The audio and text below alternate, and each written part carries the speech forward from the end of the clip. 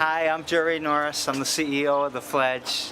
You're watching me stand outside of our open house that we're having today. We have recently moved from Grand Ledge into Lansing, and we're here on the east side showing people that may not have ever seen the Fledge before what we're all about, what we're doing, what we've changed about the church, and how we are trying to evolve what we're doing into something very creative and innovative and bigger than what we had before. So we loved what we were doing out in Grand Ledge. We're in a space that's 3 times bigger than what we had out there. We've got more of the people that come to the Fledge able to walk to the Fledge and see what's going on, and we've got a whole brand new set of new people that have never seen the Fledge before being introduced to it today. So welcome to the Fledge.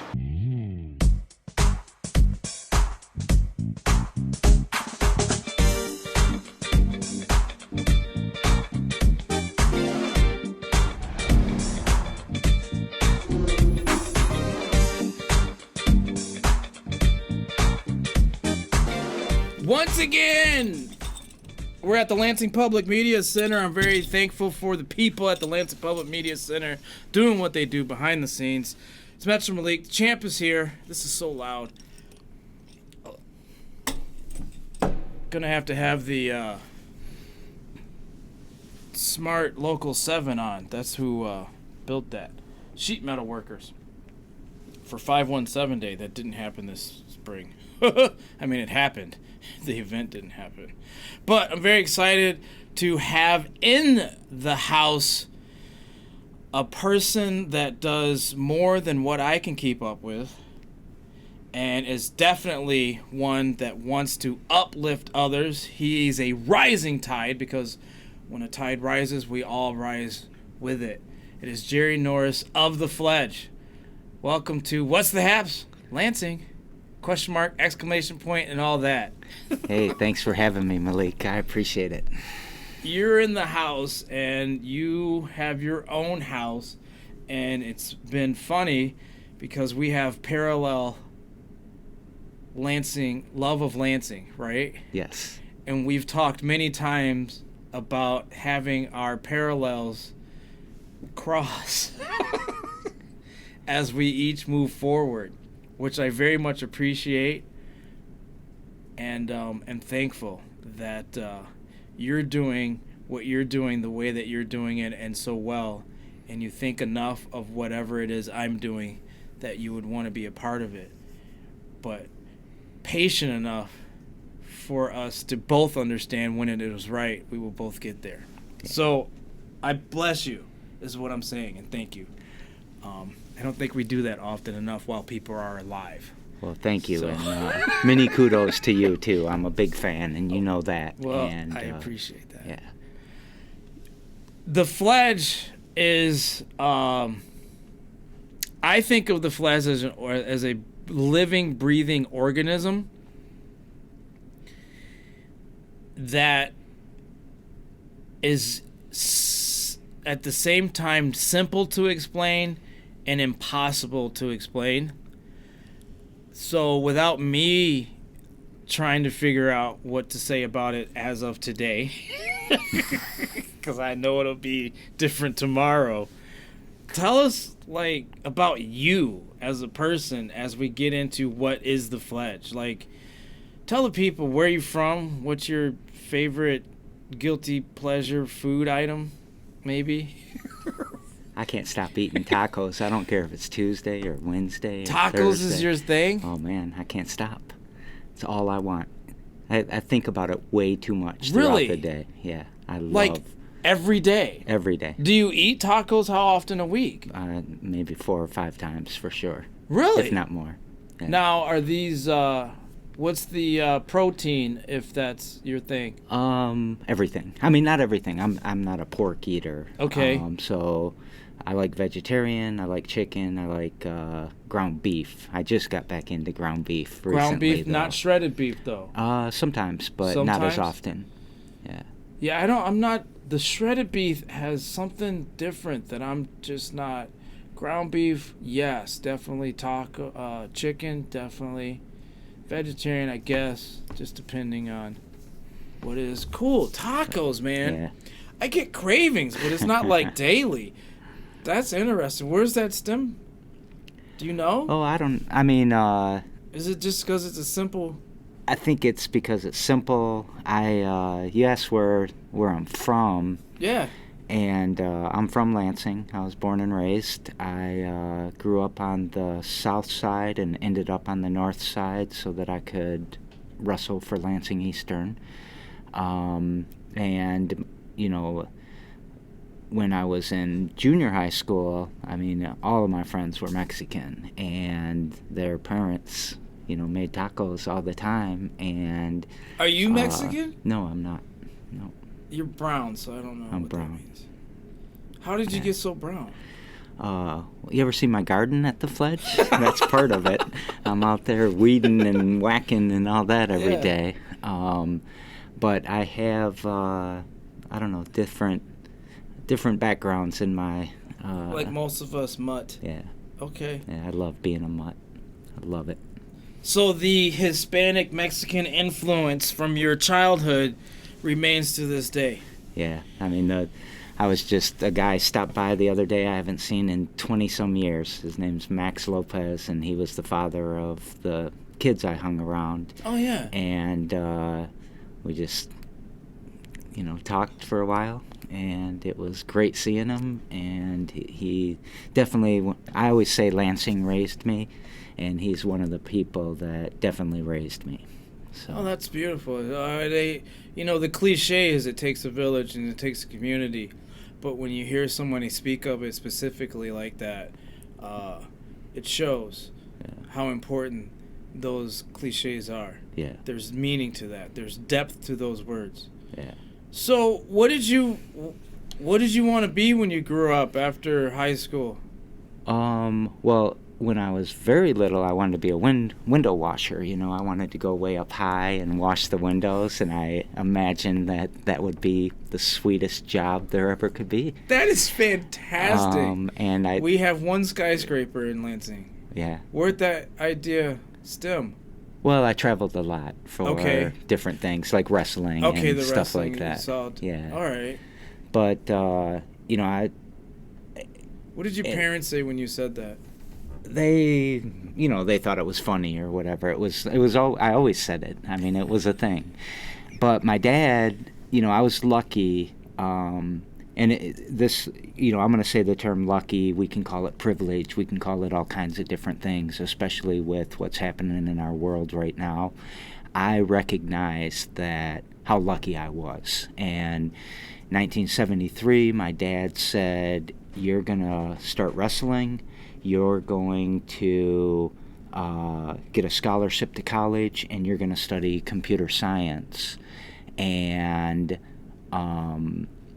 he threw me on a wrestling mat in the Lansing Eastern small gym in, I think, 74. And I won, and I loved it, and I never stopped wrestling until 3 years ago. So, yeah. So I graduated from Lansing Eastern. I went on to wrestle for the University of Michigan. I studied computer science, but I switched to mathematics, and his prophecy came true. So it was very, very lucky, and that was just the beginning of the string of luckiness. I never would have put that there, because you're so artistic. And I know there's art in math. Yeah. And math and art is science. I realize that, but you're so artistic in world thought that I wouldn't have thought something as binary as that, on and off, would have been in your history. That's another series of fortunate events for me, too. I mean, Lansing Eastern in the 80s, and I don't mean to begrudge anything about the school district or the schools right now, but Lansing Eastern in the 80s had the teacher of the year was there, Mr. Spagnolia, and he introduced me to a lot of literature, art, poetry. He was my English AP. He got me into Columbia. He was a Columbia graduate, so he got me basically a full ride scholarship to wrestle for Columbia if I wanted to. And he showed me that philosophy side, that literature side, and I embraced that and made sure I had a balance of math, computer science, and art. But I also was surrounded again by this great diverse city. And sometimes your friends or your parents or whatever can say you're soft if you're an artist. They don't want, a real masculine father doesn't want his son to be an artist because, that just ain't what happens. But there's so much support in the city even back then for the diversity. And this is a great city. I think it's an art city. Yeah, I do too. And I think it has been for a very long time. I fully believe it's been an art city for a very long time. Like, I would call it my art city. MI, right? Michigan? Yeah. Art city. And you look at the palette right now and how the canvas is changing so rapidly and in a fantastically diverse way. I mean, even when you walk in on this building, to see someone brown, larger than life, looking towards space. I don't remember that being a kid, right? Nope. So, what did you do for work? We're almost out of time. I'm fascinated by your personal story. I went on to work for the Unisys Corporation in 1988. What's that? What is that? That was the third largest IT computer company in the world at the time. They were shrinking their way to nothingness because they were mainframe computers that were being they were getting pushed aside for PCs. Right. I started there. There was 150,000 employees worldwide. When I resigned, there were 70,000 worldwide. Today, there's maybe 4,000 worldwide. They sponsor tennis, tournaments and stuff like that. That's how most people will even know who they are. But what happened in my lucky life is that somebody gave me a copy of something called ISO 9000 and said I should study it. That somebody was a NASA quality engineer that just wanted a job because he was bored with retirement, so he became my mentor, and I became the youngest certified management system auditor in the world when I was 21, and I started traveling all over the U.S. and Europe, auditing companies, their manufacturing systems. So basically my life was how it's made for 5 years. I got to see how things were made all over the place. That is absolutely fascinating. Yeah. And then I quit that job and I went over to Grand Rapids and worked for a company called Cascade Engineering as their VP of quality. I also started a consulting company because I was a 26-year-old world expert or global expert in a particular thing that hadn't existed 6 years earlier. And I became the VP of quality. I turned around their quality system. They were failing miserably in the automotive industry, at least as far as satisfying their customers. Did that in about a year and started getting really bored. Tried to resign and just do my consulting, and he said, no, I want you to create an incubator and incubate yourself out of my company, and this was in 1995. So I created my first incubator in Grand Rapids, and we incubated my company and a polymer company and an assembly company. So this is like a mentorship program so you can find your own replacement? Yeah, what he wanted me to do was corporate innovation. He wanted to get the rest of the employees thinking about how we could be really innovative and reward the most innovative by helping them start their own companies. But we were also doing welfare to work programs. We won an award with the Clinton administration for our work with that. So that my mentor there was Fred Keller, who is an amazing man who's, when you hear about triple bottom line and B Corps and all of that, this is the man that made this happen. And it happened right in Grand Rapids.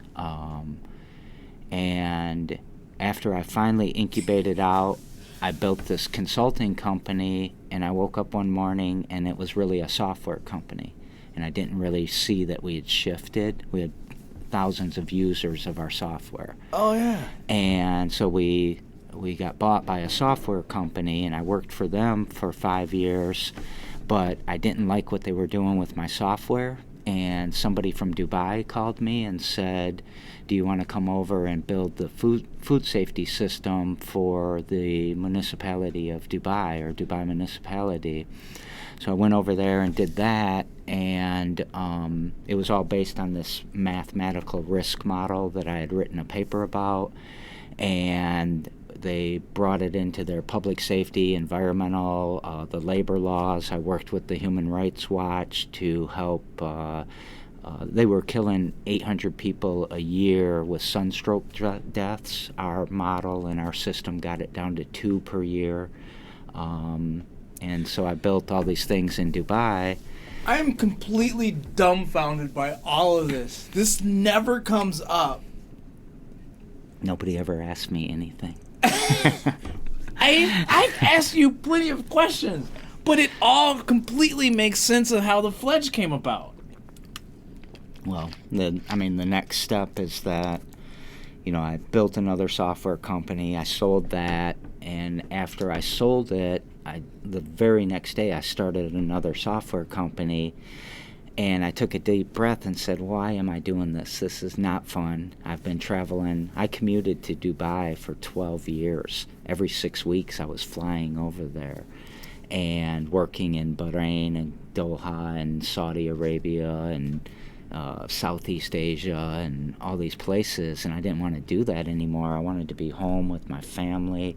I had a daughter who was struggling with a heroin addiction, who ultimately died of a fentanyl overdose.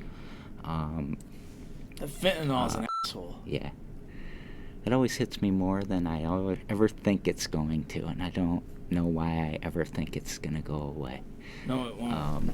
So anyways, all this stuff, and I said, no, let's start the Fledge. Let's reinstate mentoring in our city. Let's get people, let's make the American dream real, not just some BS that you think you're doing, but what you're really doing is going to work in some factory, and you're making somebody else's American dream real. And there's no reason we can't build. I built a global software company twice out of Lansing, and no one knows it. And nobody knows it. Sorry.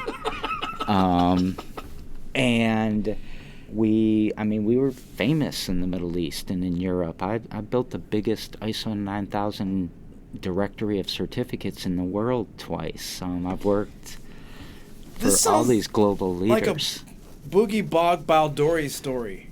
Oh, he's a good friend of mine. That's part of the reason why I brought it up, because he's world famous as far as his boogie music and stuff like that. But people in Lansing, I say his name, they go, who? Yeah. Or the lawyer that went to Canada. There's a lot of details I leave out there. And I'm like, really? But if I were to go to Europe and say the same name, they'll be like, oh, Piano Man, right? Yeah. It's totally weird, man. Yeah. So the Fledge started in Grand Ledge. Yep. That's where I happened to live at the time. I had a partner, Keith Mulder, who had a building that, gave us a really cheap rent and let us go. And we did that for 3 years, and we started, 80% of the people that were coming to the Fledge weren't from Grand Ledge. Most of them were from the east side or East Lansing. So when we found that church available, it was just serendipity. We said we should move to the east side, and within 6 weeks, we owned that church. And it just the transition of that, watching it from afar, was nuclear. I could not believe how fast that went and how successful that was, at least in my eyes. I know you probably had your idiosyncrasies and struggles here and there, but that was amazing. And then seeing this business organism grow the way that it has in a actual sense is fun to watch. No, thank you. I mean this in the most business respect way possible. It's been entertaining as heck to watch and to hear the rumble of the Fledge and seeing what you're doing directly in the community. And I've driven by purposefully that building. I'm telling a little secret about myself. I've driven purposefully by that building to see how the neighborhood looks. And I mean that to say that broken window theory, right? You fixed up this space that had an interesting history, right? And I don't mean just church, but had an interesting history with what happened there. And you turned it into something else where the people are very easily able to access, right? Yes. And I know when I've been there, even though I lived on the east side for so long, I was an outsider, but I felt like an outsider out of respect for the people that were in that immediate area. Because people would walk in and their sense of ownership of that space was grand. And I'm talking 12-year-olds, 15-year-olds, 20-year-olds, where like they'd ask me a question, I'm like, and I wanted to be like, I don't know, this is your house. I'm just borrowing it for 3 hours, right? And even though it felt uncomfortable, I was thankful that it was there. Do you see what I'm saying about the dichotomy? Because I'm not there every day, right? But these people obviously are. So when they walk in and they go to do something, I'm like, I'm in your way. Yeah. I'm going to be in your way and I'm going to stay here, but I'm gone in 3 hours or whatever that time. You know what I mean? Yeah. And so this is your house. I'll put it back to where you want it or had it. Like my mom taught me that, leave it cleaner than what you found it type of thing. It's great. And I love that you have so many living things that young people can see happen. Yeah. Let's talk about that. What happens at the Fledge? Well, I mean, you hinted towards it. Every day is different. I mean, everything we've ever tried to predict, we've gotten right because we don't try to predict anything. We know we're too wise, if you don't mind me saying that. We know it's foolish to try to predict what is going to be It's like happening. saying what nature's going to do. Yeah. You don't know. Yeah. Two hurricanes are happening right now. You don't know that, right? Right. But you do know enough to set things into motion and to say, hey, we're going to put these elements together. Let's see what happens. Yeah. And we know that order will emerge from this chaos, and that most of that time, basically we look at it as we're dealt a hand, we play the hand, and then we jump back into the chaos. We land somewhere. That's the dealing of the hand. We play the hand, and we jump back into the chaos. And that is as simple as I can say our business model is. And we don't know. You know, everyone's trying to predict, well, when's COVID going to be over and all of this? We don't know. Well, so COVID's never going away. Let's start with that. Well, yeah. You know what I mean. Yeah. You know, the new norm or when all whatever. this stuff. All right, so I want to give a special shout out to the artist that is on this shirt right now. It is Jason Keiss creation, Varhaus, Varhaus, the house. And it was cool to collaborate on this project last holiday season, to have art. So when we were talking about Lansing's an art place, like this guy creates some fantastic stuff. Some of it, I'll tell him to his face, I don't understand it. Other stuff, I do. This is a collage about Lansing. Yeah, I can see my Quaker up there. Yep. So a lot of things. He asked to have one of my photos as the backdrop or base of the collage. I don't know what the proper term is. But I say that to say is the parallel to this to that is that within your space you have an entertainment venue that has events on an ongoing basis, that also has an education space that is ever growing in a live form, meaning you have a garden space where people can learn about gardening, but it's a true garden. You have fish swimming around in a sanctuary that are connected to some plants as an irrigation system to help clean some water, right? Yes. So these weird off the wall ideas, but you're taking nature and you have it kind of in a house, but around the house, outside of the house, connected to the house. Yeah. You have computer technology classes on different levels for different age groups. You have music, right? You have art. You have artists doing different things.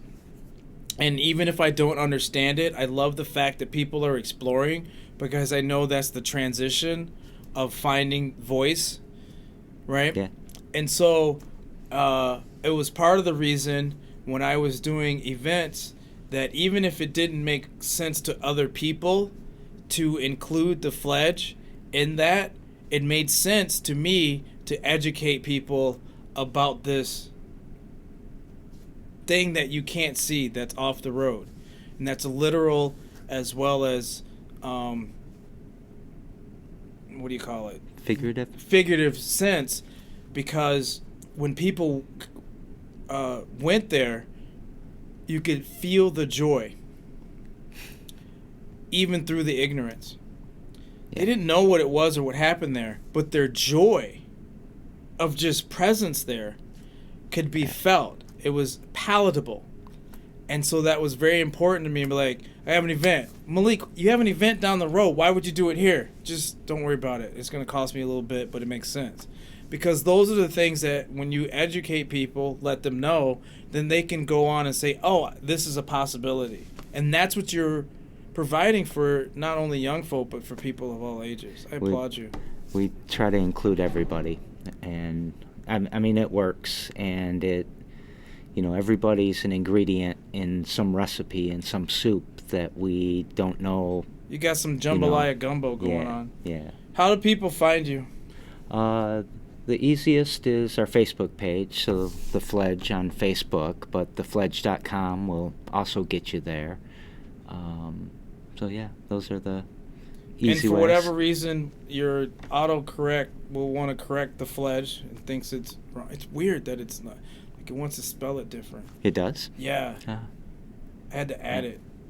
It's like Fledge, incorrect spelling. Yeah. Like, what are you talking about? It is a real word. But it's a weird with auto stuff. Yeah. What would you say to people that don't know? That you probably have a dream. You're probably not doing exactly what you wanted to be when you grow up. I'm not a window washer, but I still think I was lucky to be close to what I wanted to be, especially with what my dad's vision was. And I know a lot of people are knocked off tilt. They're not doing the work that they want. They're not in the career that they want. They've got way too much debt. They're subjugated to something. Come to the Fledge. We'll help you get through that. We'll help you close that gap. Because a lot of people, they're closing that gap by being depressed or substance use or being a victim or victimizing somebody. And we really should be taking care of each other a lot better, and that's the only thing we ever want to do, is really come be a new ingredient to our gumbo. And we ain't trying to fix nobody, we're just trying to play the hand we're dealt. Well, amen to that. Thank you very much for being here, Jerry Norris. I appreciate you. I love you, man. And with that, folks, Lansing, be good to each other. It's What's the Haps, Lansing, Metro League, People's Champ, out.